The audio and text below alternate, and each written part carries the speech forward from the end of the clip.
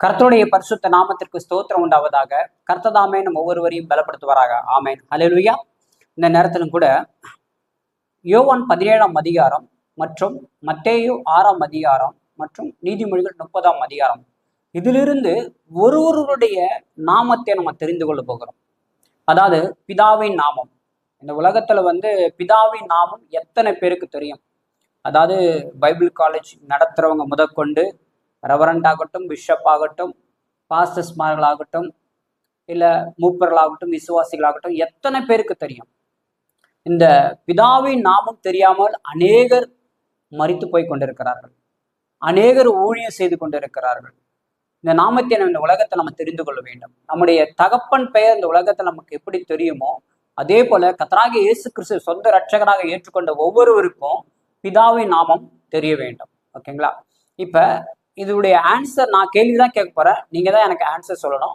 கமெண்ட்ஸ்ல சொல்லுங்க, நான் உங்களுக்கு கமெண்ட்ஸ்ல சொல்றேன். அப்படி இல்லைன்னா அடுத்த வீடியோல நான் உங்களுக்கு ஆன்சர் சொல்றேன். சரிங்களா? அப்ப பாருங்க, யோவான் 17ஆம் அதிகாரத்துல இயேசு கிறிஸ்துவானவர், அதாவது வார்த்தையா இருந்த தேவன் இந்த உலகத்துல மாம்சத்துல வந்தார். வார்த்தையா இருந்த தேவன் இந்த உலகத்துல மாம்சத்துல வந்தார். அவர் பிதாவிட்ட அவர் பேசுகிறார்.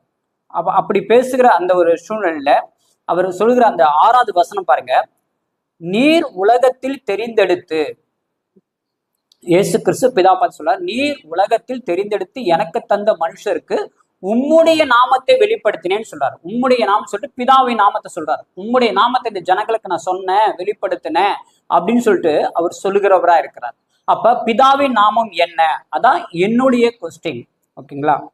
அப்புறம் 11வது வசனத்துல அவர் சொல்றாரு, நான் இனி உலகத்துல இரேன். கொஞ்ச நாள் கழிச்சு நான் இந்த உலகத்துல இருக்க போறது கிடையாது.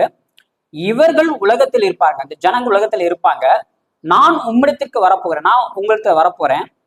பரிசுத்த பிதாவே, அதாவது பிதா சொல்ல, பரிசுத்த பிதாவே, நீர் எனக்கு தந்தவர்கள் நம்மை போல ஒன்றாய் இருக்கும்படி, நாம் அப்படி ஒன்றாய் இருக்கிறோமோ அது போல இந்த ஜனங்களும் நாமளும் ஒன்றாய் இருக்கும்படி, அவர்கள் நம்மை போல ஒன்றாய் இருக்கும்படி நீர் அவர்களை உம்முடைய நாமத்தினாலே காத்து கொள்ளும். இந்த ஜனங்களை உம்முடைய நாமத்தில் நீங்க காத்து கொள்ளுங்க. பிசாசு அவங்களை வஞ்சித்திர போறா. உம்முடைய நாமத்தை கொண்டு இந்த உலகத்துல அவங்க வாழணும். எந்த காரியத்தை எடுத்தாலும் உங்களுடைய நாமத்தை கொண்டு அவங்க ஜெபிக்கணும். உங்களுடைய நாமத்துலதான் அவங்களுக்கு எல்லாமே அப்படின்னு சொல்லிட்டு அவர் சொல்றாரு.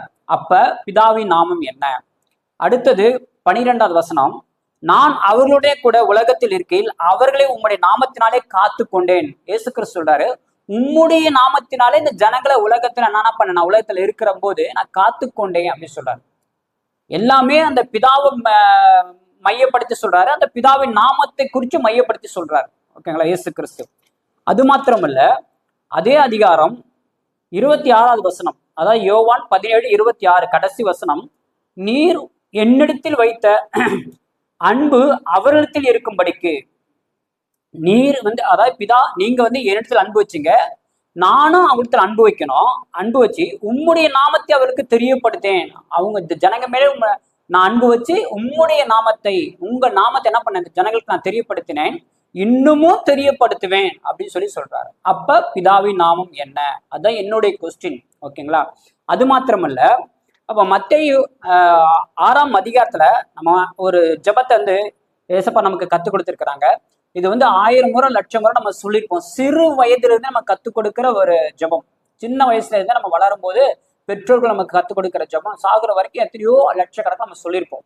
அப்ப பாருங்க, 9வது வசனம், நீங்கள் ஜெபம் பண்ண வேண்டிய விதமாவது, பரமண்டலங்களில் இருக்கிற எங்கள் பிதாவே, பரமண்டலத்தில் இருக்கிற, பரலோகத்தில் இருக்க எங்கள் பிதாவே, உம்முடைய நாமம் பரிசுத்தப்படுவதாக சொல்லப்பட்டிருக்கு. உங்களுடைய நாமம் பரிசுத்தப்படுவதாக, முதலாவதாக உங்க நாமம் பரிசுத்தப்படணும் சொல்லப்பட்டிருக்கு. அப்ப பிதாவின் நாமம் என்ன? அந்த நாமம் எப்படி பரிசுத்தமாக்கப்படணும்? ஓகேங்களா? அப்ப பாருங்க, இப்ப இதுல சொல்லப்படுகிறதான அந்த பிதாவின் நாமம், அந்த பரிசுத்தப்படுவதாக சொல்லுகிற அந்த நாமம் என்ன?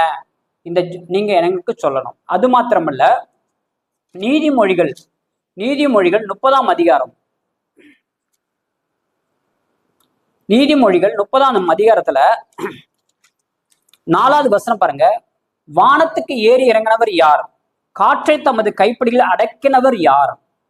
தண்ணீர்களை வஸ்திரத்தினால் கட்டினவர் யார்? பூமியின் எல்லைகள் எல்லாம் ஸ்தாபித்தவர் யார்? அவருடைய நாமம் என்ன? அவர் குமாரனுடைய நாமம் என்ன? அதை அறிவாயோ அப்படின்னு சொல்லப்பட்டிருக்கிறது. இன்னொரு முறை நான் படிக்கிறேன். நீதிமொழிகள் 30ஆம் அதிகாரம் 4வது வசனம். வானத்துக்கு ஏறி இறங்கினவர் யார்? காற்றை தம் கைப்பிடிகளில் அடக்கினவர் யார்? தண்ணீர்களை வஸ்திரத்தினாலே கட்டினவர் யார்? பூமியின் எல்லைகள்லாம் ஸ்தாபித்தவர் யார்? அவருடைய நாமம் என்ன? அவர் குமாரனுடைய நாமம் என்ன? அவர் குமாரனுடைய நாமம் என்ன? அதை அறிவாயோ சொல்லப்பட்டிருக்கிறது.